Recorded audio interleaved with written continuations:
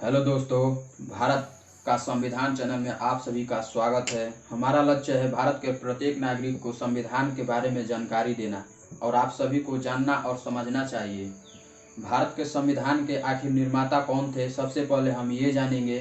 तो आइए जानते हैं। डॉक्टर भीमराव अंबेडकर भारत के संविधान के निर्माता थे। तो आइए सबसे पहले हम इनके बारे में जानेंगे कि ये कौन थे।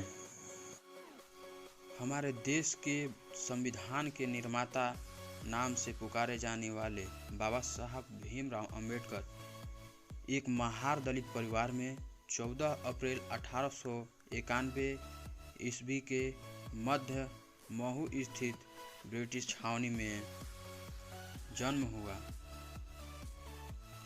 उनके पिता रामजी पुत्र मालोजी सकपाल महू में सूबेदार पद पर थे। अंबेडकर जैसे जैसे बड़े होते गए उनके मन में समाज में व्याप्त जात पात और इसके नाम पर शोषण की धारणा बनती गई। भेदभाव का अनुभव उन्होंने स्कूल से लेकर नौकरी तक में किया। वह पढ़ाई के लिए इंग्लैंड भी गए। वहां से भारत लौटने के बाद उन्होंने अस्पृश्यता के खिलाफ आंदोलन चलाया और समाज के दलित व दबे कुचले को न्याय दिलाने में आगे रहे। अंबेडकर की शुरुआती शिक्षा दापोली और सतारा में हुई। वह पढ़ने में काफ़ी होशियार थे। बालक अंबेडकर का पढ़ाई लिखाई में दिमाग तेज तो था ही, उनमें सीखने की ललक खूब थी। यही वजह है कि बम्बई के प्रतिष्ठित एल्फिंस्टन कॉलेज में पहले दलित छात्र ने दाखिला लिया, जिसका नाम था भीमराव अंबेडकर। इसके बाद अंबेडकर ने अपने सपनों को पूरा करने के लिए खूब मेहनत की। आखिरकार मेहनत रंग लाई और उन्होंने 3 साल के लिए बड़ौदा स्टेट का स्कॉलरशिप पास कर ली और न्यूयॉर्क में कोलंबिया विश्वविद्यालय से ग्रेजुएशन किया और 1915 में एमए की परीक्षा पास की। उन्होंने लंदन स्कूल ऑफ इकोनॉमिक्स में दाखिला लिया। 4 साल में 2 डायरेक्ट की उपाधियां हासिल की। 5 के दशक में उन्हें 2 और मानद डॉक्टरेट की उपाधियां हासिल हुई। समाज में प्रचलित भेदभाव से अंबेडकर दुखी थे। स्कूल के समय से ही उन्हें भेदभाव और अस्पृश्यता का सामना करना पड़ा था। अपनी जाति के दूसरे बच्चों की अपेक्षा अंबेडकर को अच्छे स्कूल में पढ़ाई का मौका जरूर मिला, लेकिन वहां उन्हें और उनके दलित दोस्तों को कक्षा के अंदर बैठने तक का इजाज़त नहीं था।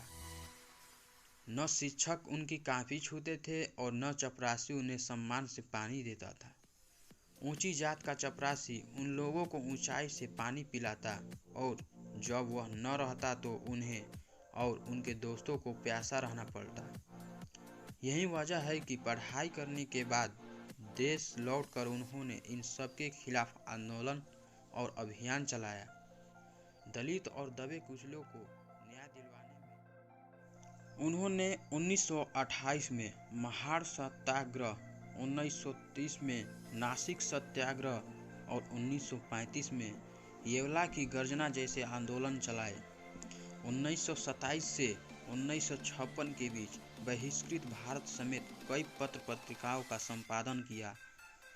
उन्होंने कमजोर वर्ग के छात्रों के लिए काम किए।